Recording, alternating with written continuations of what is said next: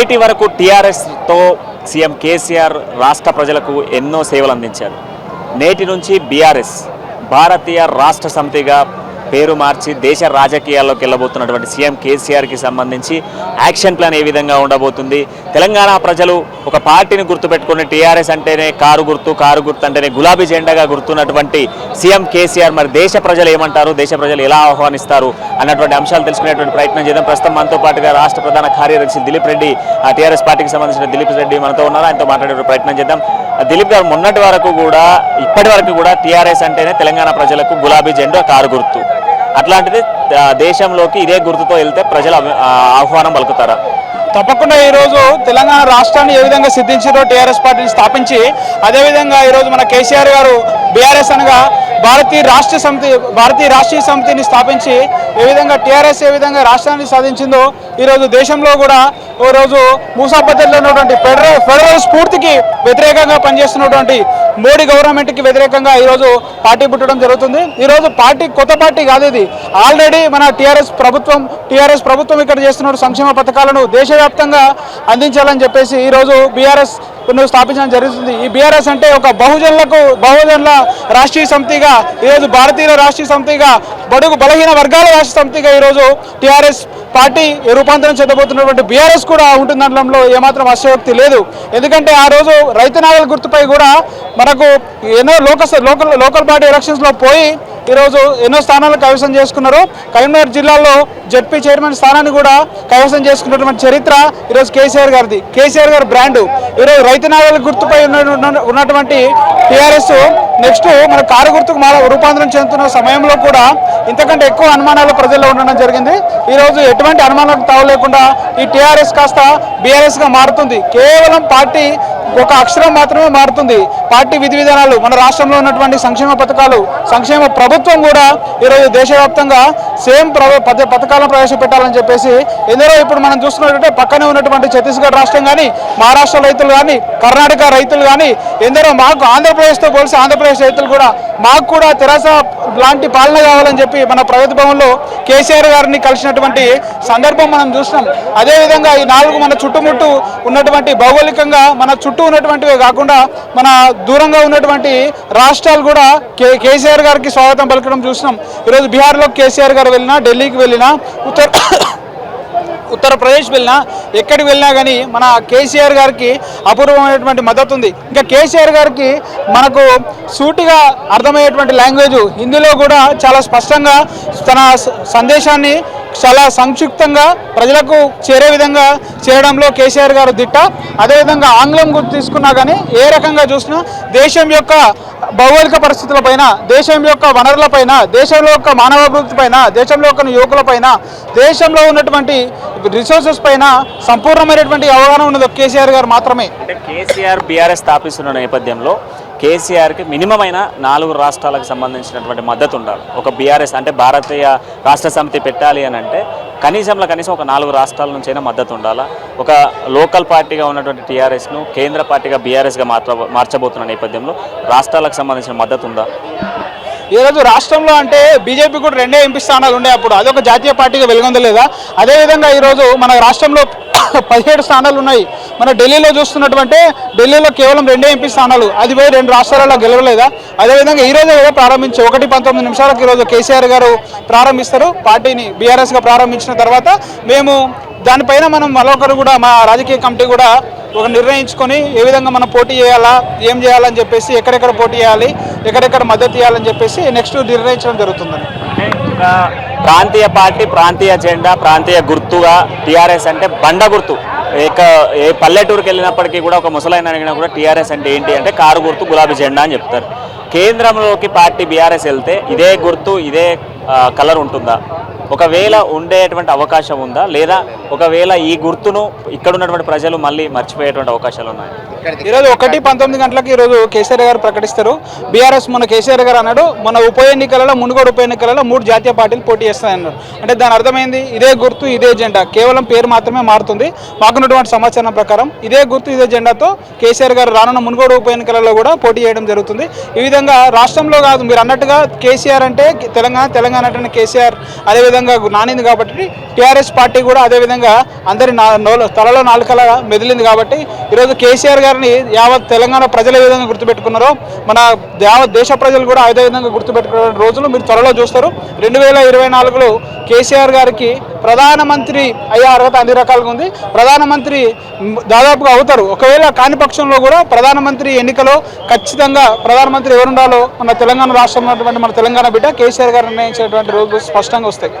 అంటే కేసీఆర్కి సంబంధించి ప్రాంతీయంగా తెలంగాణ రాష్ట్ర వ్యాప్తంగా మంచి గుర్తింపు ఉంది. ఓకే, కేంద్రంలోకి ఈరోజు పార్టీ పెడితే కనీసం 17 ఎంపీ స్థానాలన్నా లేదా 4 రాష్ట్రాలలో కనీసం అసెంబ్లీ స్థానాలన్నా పార్టీకి దక్కాలి. ఇప్పుడు బీజేపీ చెప్తుంది అదొక ప్రాంతీయ పార్టీని దేశంలో తీసుకెళ్తే గెలుస్తుందా? అసలు కేసీఆర్ని ఎవరైనా దేక్తారా? డైరెక్ట్ బీజేపీ నేతలు హోంశాఖ అమిత్ షానే అంటున్నారు. ఇప్పుడు అమిత్ షాకి ఎందుకు వెండిలో వణుకు పుట్టింది? కేసీఆర్ వస్తే అమిత్ షా పీఠం కదులుతుందని చెప్పి అమిత్ షా కామెంట్లు చేస్తారండి. ఈరోజు మన కేజ్రీవాల్ ఏం చేసిండు? కేజ్రీవాల్ గారి మీద కూడా ఇట్లనే మాట్లాడారు. ఢిల్లీలో ఉన్నాడు, ఢిల్లీలో పార్టీ అని అంటే ఢిల్లీ పీఠం మీద కూర్చోలే. శీలా దీక్షిత్ మన కాంగ్రెస్ కూకడబెల్లితోని పెరగలే. ఈరోజు వచ్చే పంజాబ్లో ఉన్నారు. ఈరోజు పోయి గుజరాత్లో కూడా తీసుకుపోయి నీకు దెబ్బ పెట్టేటట్టు ఉన్నాడా లేదా?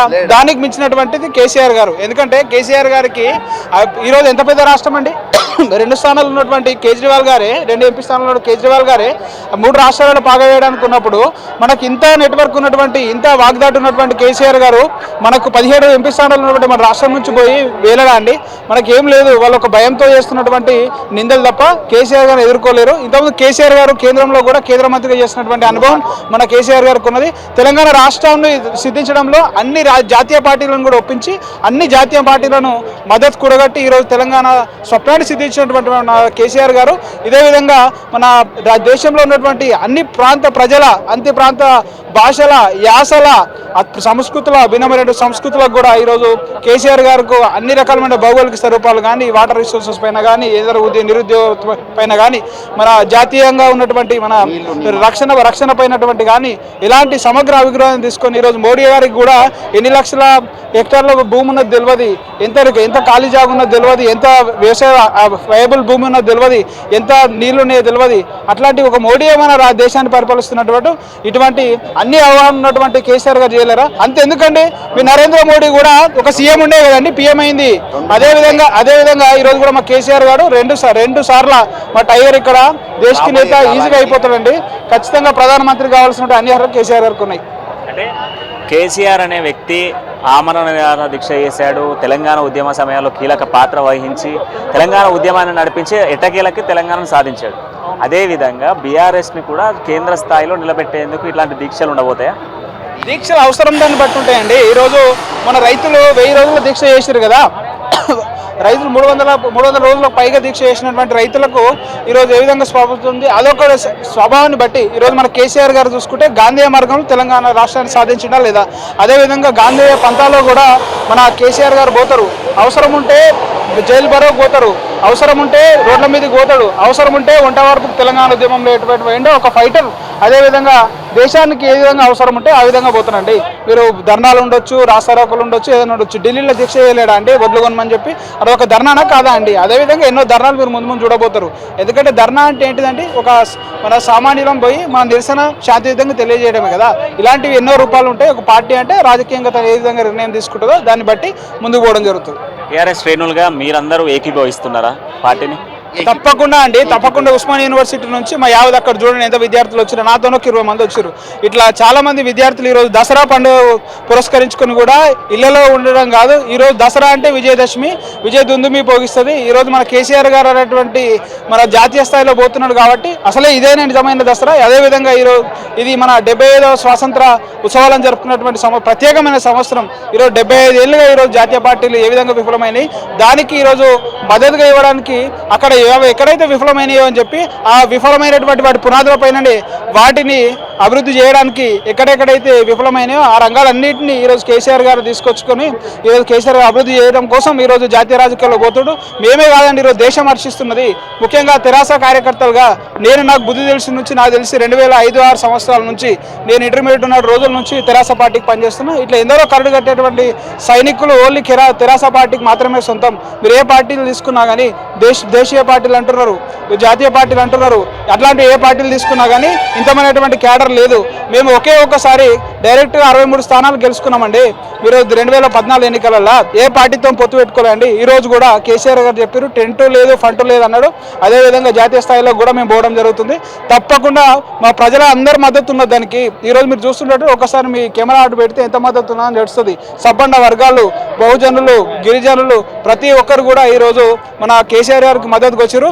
దేశంలో ఉన్నటువంటి అనేక రకాలైనటువంటి జాతుల ఉద్యమం నడుస్తుంది. కేసీఆర్ గారిది బెంగాల్ పోతే అక్కడ ఒక ప్రత్యేక ఉద్యమం, బుందేల్ఖండ్ పోతే అక్కడ ఒక ఉద్యమం, చిన్న రాష్ట్రాలకు మద్దతుగా అంబేద్కర్ గారి స్ఫూర్తితో ఈరోజు మన అంబేద్కర్ గారు ఏ విధంగా మన రాజ్యాంగాన్ని చూస్తే మన ఈరోజు కొత్తగా సెక్రటేరియట్ కూడా మన అంబేద్కర్ గారి పేరు పెట్టడం జరిగింది. మీరు దాంట్లోనే అర్థం చేసుకోవచ్చు. ఈరోజు గాంధీ మార్గంలో మన మహాత్మా గాంధీ గారిని స్మరించుకొని ఈరోజు మన బెంగాల్లో తీసుకుంటే మహిషాసురంతో మన గాంధీ గారిని పోలుస్తున్నటువంటి దౌర్భాగ్య స్థితిలో మన దేశం ఉందండి. అలాంటి అన్నిటికీ అడ్డుకట్ట వేయడానికి ఈరోజు ఖచ్చితంగా కేసీఆర్ గారిని యావత్ దేశం అనేది ఆహ్వానిస్తుంది. మేము తెరాస కార్యకర్తలుగా తప్పకుండా కేసీఆర్ గారిని మనం ఖచ్చితంగా వాళ్ళకి ఆల్ ది బెస్ట్ చెప్పి అభినందనలు తెలియజేసి మరీ పంపించడానికి ఇంతమంది వచ్చినామండి. సో మొత్తంగా తెలంగాణ ఉద్యమాన్ని ఏ విధంగా కీలకంగా ముందుకు తీసుకెళ్లిన అనిపించినటువంటి నేత సీఎం కేసీఆర్ ఈరోజు బీఆర్ఎస్ పార్టీని కూడా స్థాపించి అదేవిధంగా దేశంలో కేంద్ర పార్టీగా నిలిచిపోతున్నారు. ప్రాంతీయ పార్టీగా మొదలైనటువంటి ఎన్నో పార్టీలు కూడా కేంద్రంలో ఈరోజు కేంద్ర పార్టీలుగా ఉన్నాయి అంటూ కూడా చెప్తున్న పరిస్థితులు అయితే కనబడుతున్నాయి. ఖచ్చితంగా టీఆర్ఎస్లో ఉండడం మా అదృష్టం. టీఆర్ఎస్లో ఉండి ఈరోజు టీఆర్ఎస్ ఉద్యమాల్లో పాల్గొన్నాం. అదేవిధంగా ఈరోజు బీఆర్ఎస్ చేసబోయేటువంటి కార్యాచరణలో ప్రతినిధులలో ఉంటామంటూ కూడా చెప్తున్న పరిస్థితులను మనం ఇక్కడ చూస్తున్నాం. సో వీడియో జర్నలిస్ట్ సాంబశివరావుతో ప్రణయ్, అమ్మా న్యూస్, హైదరాబాద్.